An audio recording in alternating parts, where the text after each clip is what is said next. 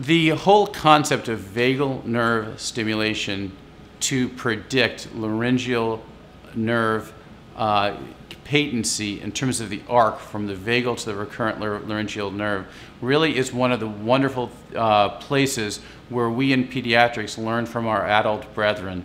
And the background to this was Dr. Greg Randolph's work that he did with regards to normative sampling and intraoperative sampling of vagal nerve stimulation, recording on the recurrent laryngeal nerve as it aided thyroidectomy and the decisions therein.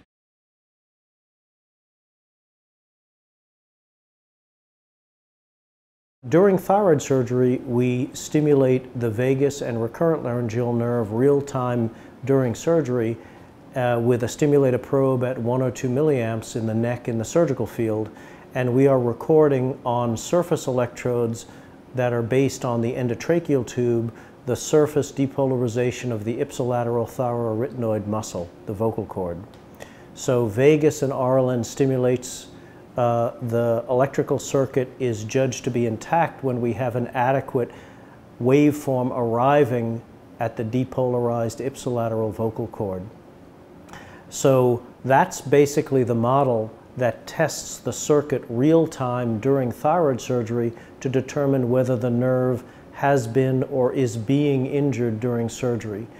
Over the years, we have more nuanced understanding of the values of that waveform at the ipsilateral vocal cord and are able to now interpret even the nascent forms of neuropraxic injury during thyroid surgery that are evolving as the nerve is, especially in slow injury forms such as traction, being injured, and we can see that decrement of the waveform at the ipsilateral vocal cord. So in order to derive benefit from that, and in order to similarly test that ipsilateral vagus and RLN circuit prior to ANSA RLN anastomosis, we need a little bit of background electrophysiology. And so we will be showing you a figure that familiarizes you with the typical biphasic waveform of the depolarized vocal cord. There is an amplitude and a latency measurement metric that is associated with this waveform that are important to understand in rudimentary way in order to determine how normative and healthy the response is. So the amplitude is the height of the first peak from the baseline, and that is correlated with the number of neural fibers participating in the response.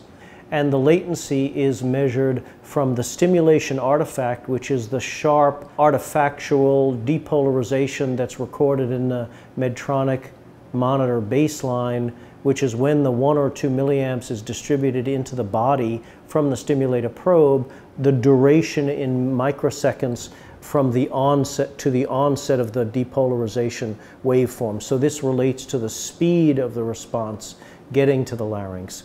So there are normatives that have been established which are very similar for adult and pediatric populations.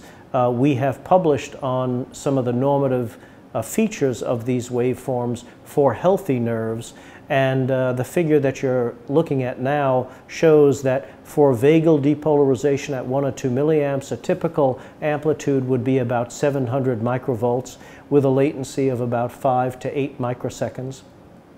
For the pooled RLN depolarization, an amplitude of about 900 milliamps with a latency of about 4 milliseconds would be about normative. And for the superior laryngeal nerve, a waveform of about 250 microvolts with a latency of about 3 milliseconds would be about appropriate. There is a difference between the left and right vagal latencies because of the different lengths of the left versus right vagal circuits.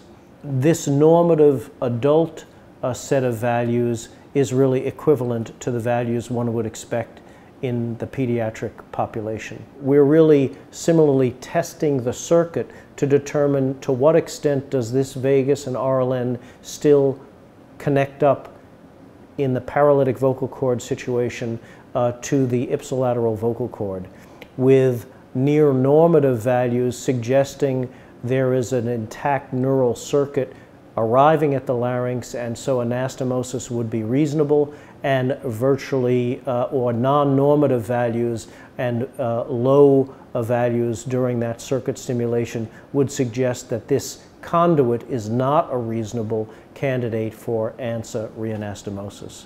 One of the most important things about this surgery is that you may or may not have someone with you to help work the Medtronic NIM system and to understand all the knobs and knobology and how this system will work and how you're recording the actually evoked stimulation and how to set up the machine.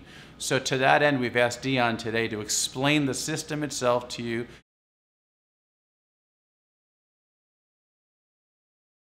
This is our main monitoring screen mode, okay? This is what you are actually going to see in the main screen when you are monitoring.